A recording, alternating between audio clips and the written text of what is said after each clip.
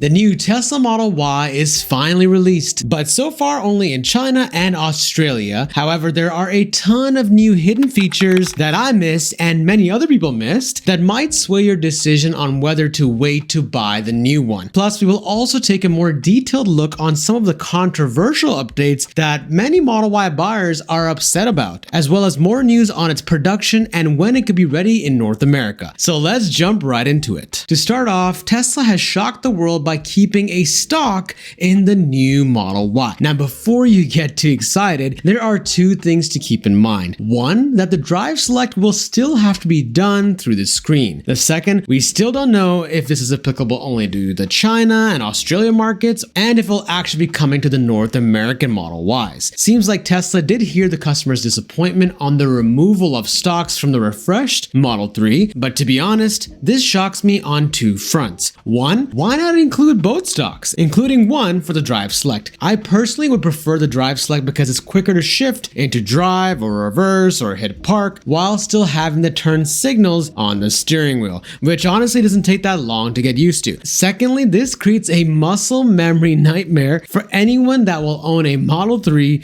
and the new Model Y due to the layout of the buttons on the steering wheel. Imagine trying to hit the turn signal and accidentally bumping your high beams. Yeah, not a fun time. We now also have new details about the Frunk that most people didn't catch. Now, a lot of us, including myself, were hoping for a powered Frunk to match the Cybertruck, which is the only Tesla that gets a powered Frunk where you can tap the screen or use your Tesla app to open or close it. Now, initially, I thought it would be included based on the video that was shared by Tesla, but sadly, the animation still replicates the Model 3, and it's still a manual close. Tesla most likely will be saving a powered Frunk for the refreshed Model S or Model X when it eventually comes out, which we have not received any news yet. It could be the new SUV that a lot of people were speculating based on what was hidden and covered in the Tesla factory. Besides that, we have no further news. Also, there is another cool feature in the Frunk now. It gets a drain hole, and it can be used to keep items cool by filling it with ice, beverages, or any other food items that require to be cooled without now needing a cooler. Then the ice eventually drains as it melts through the drain hole. Cool feature, but let me know if you would actually use this.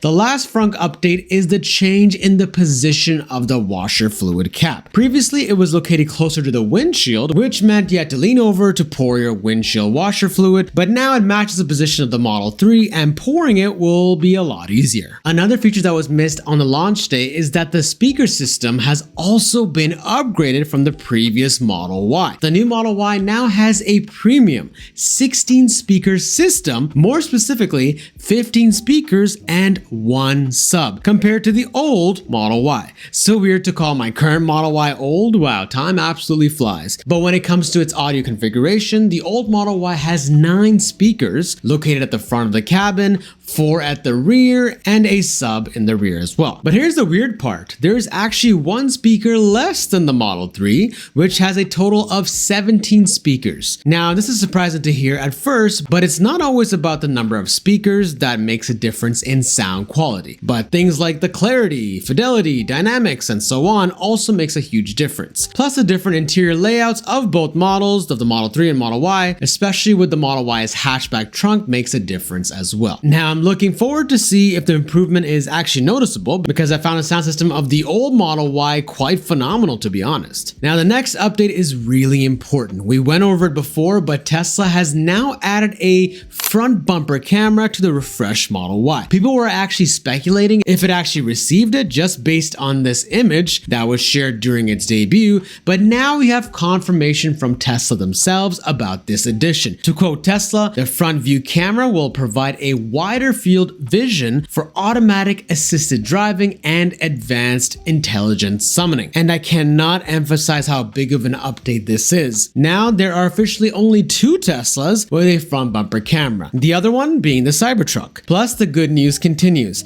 It now comes built in with a washer. So if it gets dirty by mud, for example, you would not even have to exit your Model Y to wipe it clean for visibility. It appears Tesla was ready to implement a new camera to assist in full self-driving self-driving efforts. With its complete reliance on cameras and no utilization of radar whatsoever, Tesla was apparently in need of another camera that would make self-driving even more accurate and make the vehicle more aware of the surroundings on the road. Tesla could also be preparing for the more evident push into FSD as it made its robotaxi design and eventually FSD unsupervised. But a lingering question with Tesla owners who have already purchased FSD on an older model is whether it'll be able to achieve full FSD. To that I say, time will tell, my friends. Up next, we have the addition of the black paint option that many thought would not be available, which is fair because it's not even an option to pick on the Chinese or Australian Tesla buying page yet. They currently have 5 paint options: the new Glacier Blue,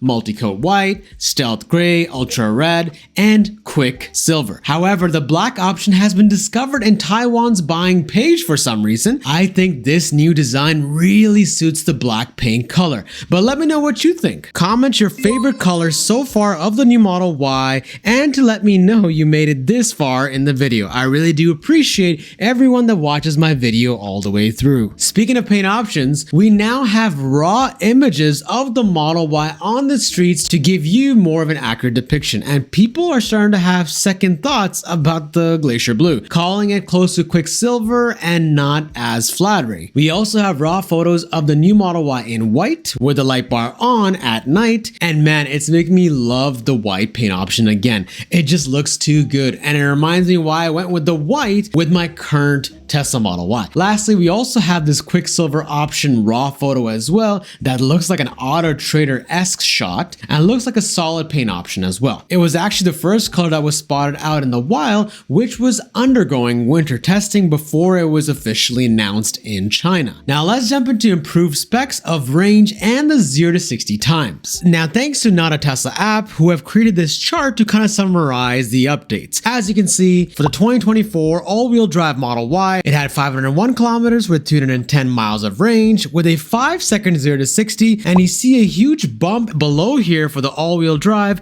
of 551 kilometers and 342 miles of range increase. And the 0 to 60 time is also impressive at 4.3 seconds. Now I'm wondering if this is strictly because of the launch series version, which has acceleration boost included, but if it's just standard, that's a huge bump in performance. Now when it comes to the rear wheel drive comparison, we actually see a range decrease, but keep in mind it's comparing the long range rear wheel drive against just the rear wheel drive. I'm sure we'll see the long range rear wheel drive come out, but once the numbers do come out, I'll be sure to share them. But one thing to preface with these 2025 range updates provided, they are estimates provided by WLTP that are typically on the higher side owing to geography and temperature in the Asia Pacific. Up next, we have improved updates to the driving and the build quality of the new Model Y. It features redesigned body castings, reducing the number of parts from 70 to 1, which minimizes gaps, enhances cabin quietness, and shortens production time. Just like the Model 3 refresh, Tesla has worked some magic on the suspension, improving vehicle handling and comfort, which also offers more responsive steering and a quieter ride. This includes updated tires and wheels and a new suspension. No word yet whether it's adaptive suspension, but I'm assuming it's not, like the Model 3. That'll likely be reserved for the performance variant when it eventually comes out, which I'm assuming will be later in 2025. Now for some of the disappointments that people have been talking about with the new Model Y, and it's certainly not the looks. I did a poll in our community section and over 1,000 of you voted that you prefer the look of the new Model Y